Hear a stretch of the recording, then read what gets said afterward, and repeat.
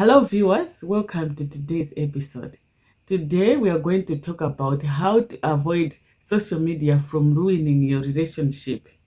Before we continue, may I encourage you to subscribe, like the video and share it with others. Also click the notification button so that you do not miss out when we post new videos on this channel. So how to avoid social media from ruining your relationship. Before we go into details, we need to acknowledge the fact that social media has greatly impacted our society today in a positive way and also in a negative way. We need to acknowledge that fact.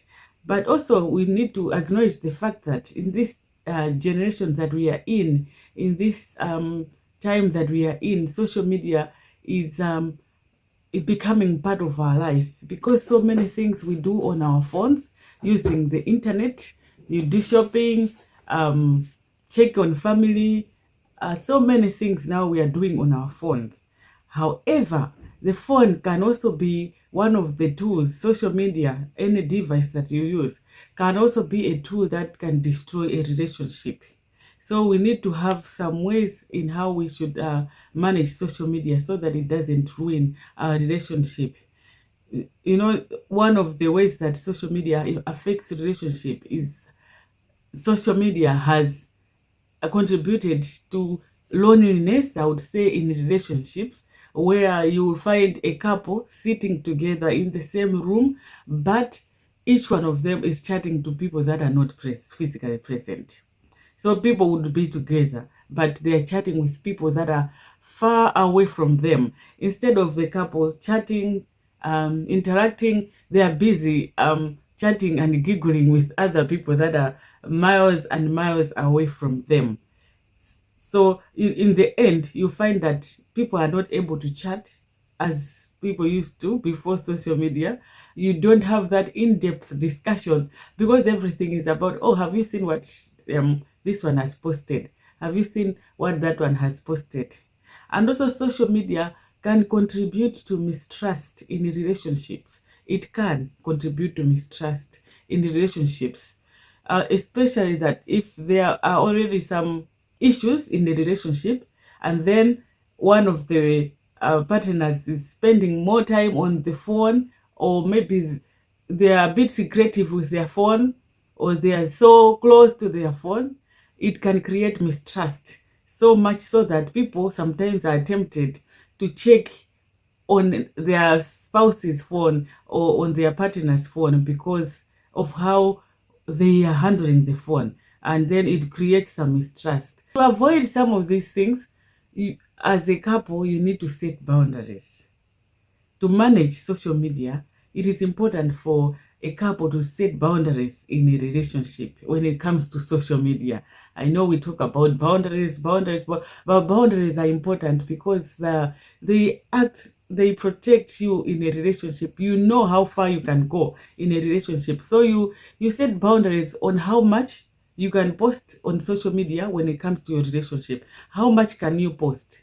How far can you go in posting your relationship on the social media? So that should be agreed upon between the two of you as a couple as to how much you can post, what things you can post on social media. That has to be agreed upon. I know in relationships sometimes some people are outgoing, some are not. So it depends on how you are dealing with things in the relationship, but it has to be agreed upon how much. Or you can also check with your partner if this is okay to post, if that's okay to post. Boundaries have to be set. Another thing to set boundaries on is on what pictures do you put the like emoji on the pictures. Which pictures can you put a like emoji or love emoji, you know, the heart, the red heart? On whose pictures can you put that? You should agree in your relationship. Is it okay for example, me as a lady to put a heart on a picture of a man? if, I'm not saying that it's wrong, I'm not saying that it's not, but you need to discuss because you don't want to end up in a conversation where you are being asked because you put a heart on a man's picture, or if a man puts a heart emoji on a lady's picture, what does that mean? So that has to be discussed. What does that mean? Does it mean that you really like the person, or is it about the picture? Is it about the dressing? It has to be discussed to avoid misunderstandings, to avoid arguments. It's just better to set boundaries on what comments you leave on pictures of especially people of the opposite sex, what comments. And also it depends with the level of friendship that you have with the opposite sex, as a couple, as also as individuals. So it has to be discussed. Boundaries have to be set. And also another thing that has to be discussed, another boundary that has to be put in place, is how much time do you spend on social media, where and when. How much time do you spend on social media? You need to set boundaries as to, there should be some time where you are not supposed to be on the phone when you're having quality time, when you're chatting.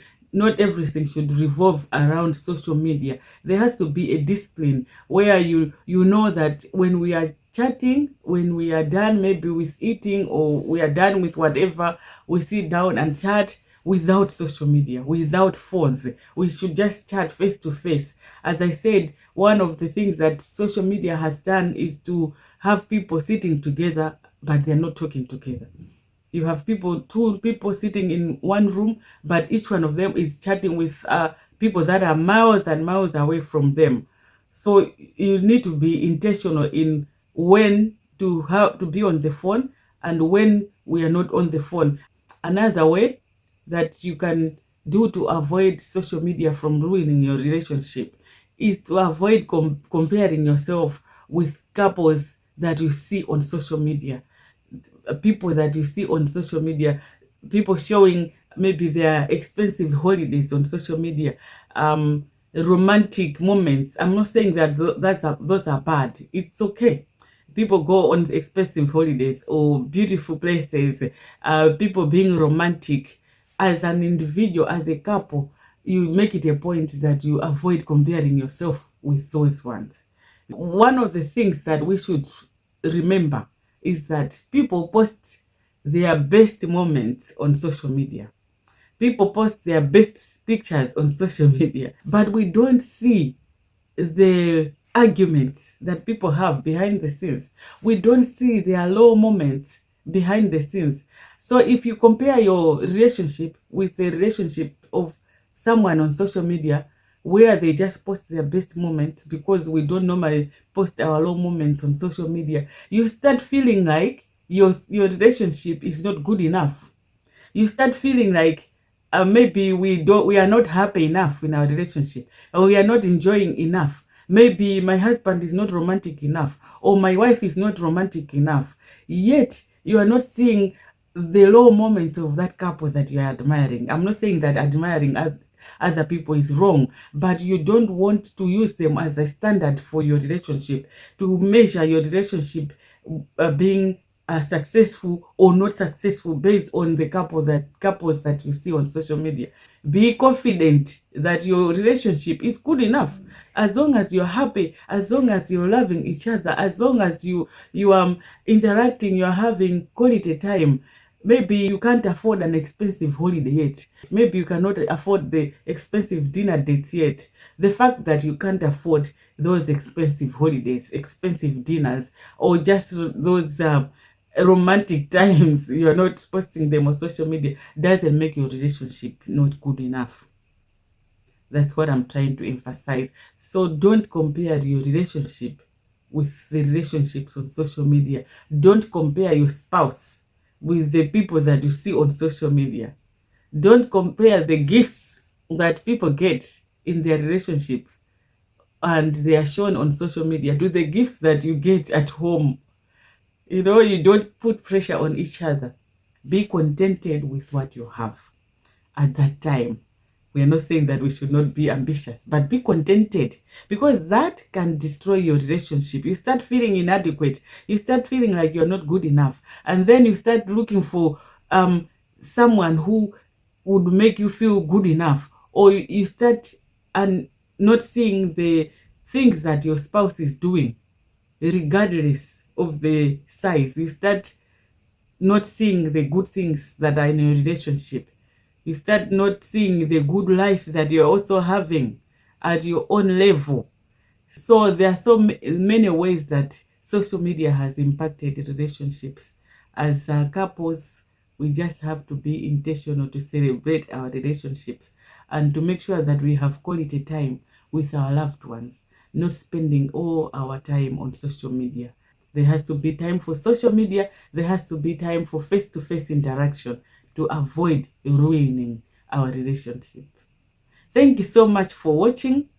May I encourage you to subscribe, like the video, share it with others. See you next time.